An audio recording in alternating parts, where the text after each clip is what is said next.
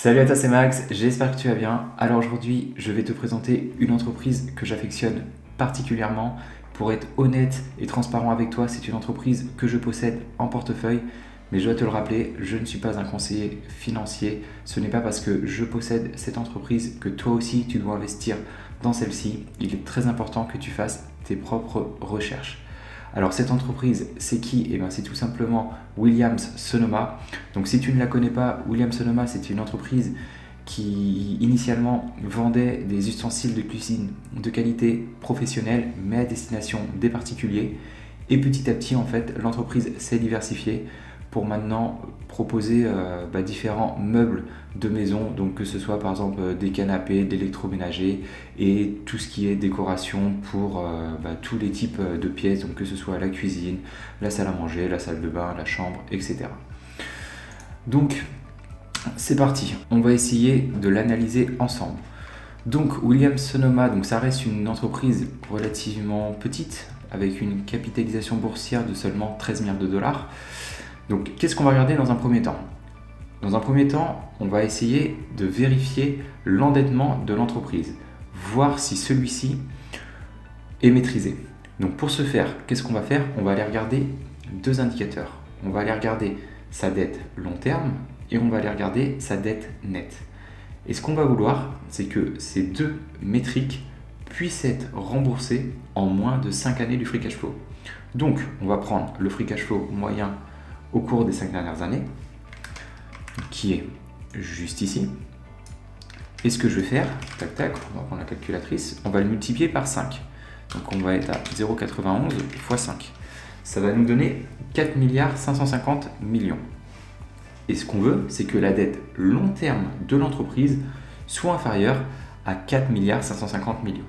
Donc, on va aller ici dans son bilan comptable, on va descendre au niveau de sa dette long terme, et comme on peut le voir ici, sa dette long terme n'est que de 1 milliard 280 millions. Donc là, c'est un bon point pour l'entreprise.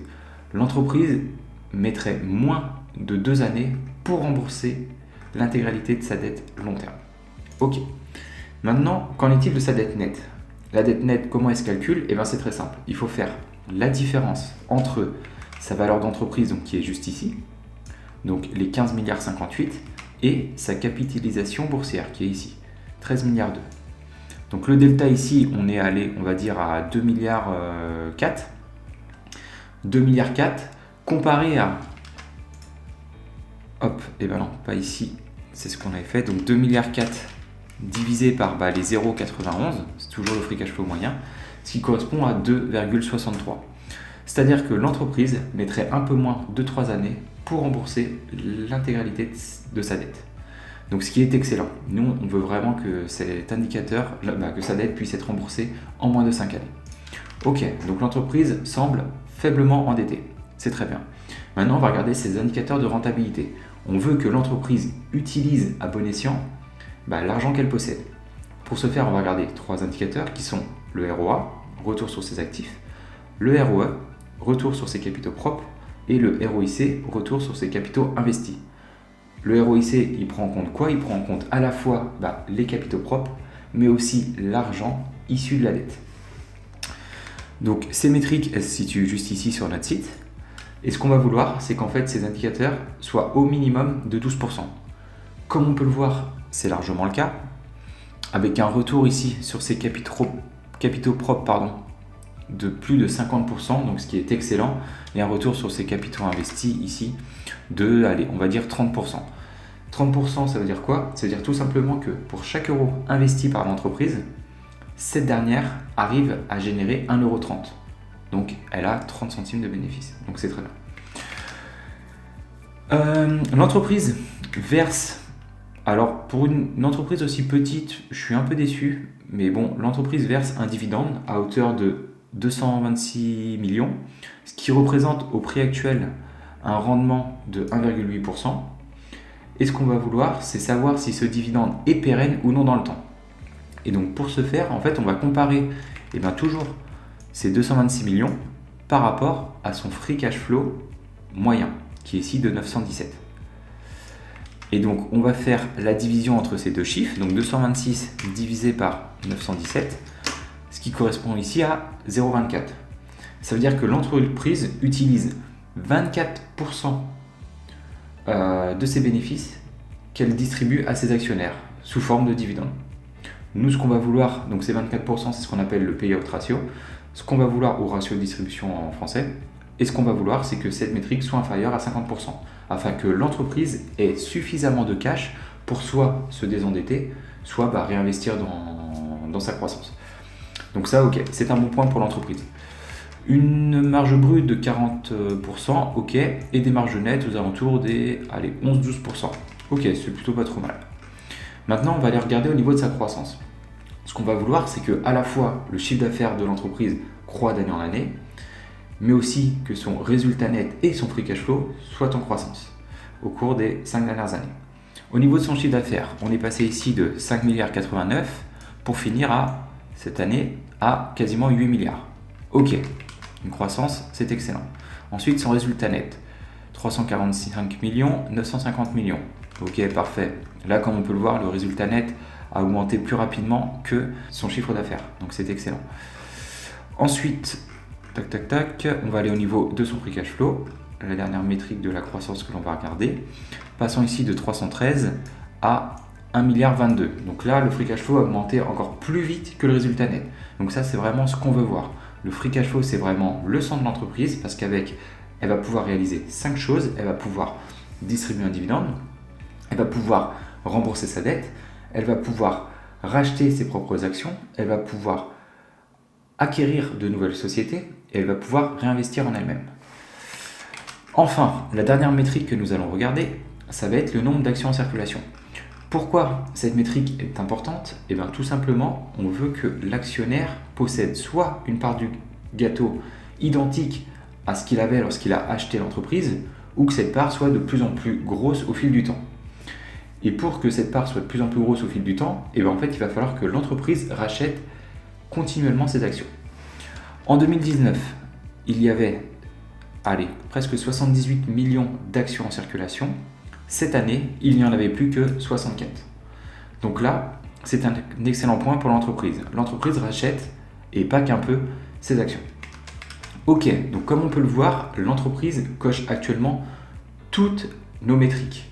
Donc c'est une entreprise que j'ai envie, moi, de posséder en portefeuille. Maintenant, comme vous le savez, on ne peut pas acheter une entreprise à n'importe quel prix.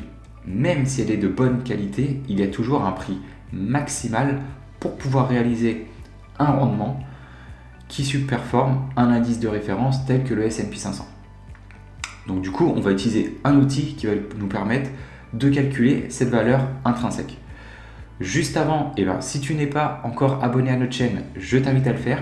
Ça te permettra d'être notifié des prochaines vidéos que nous sortirons et tu pourras apprendre à nos côtés afin de toi aussi battre le marché.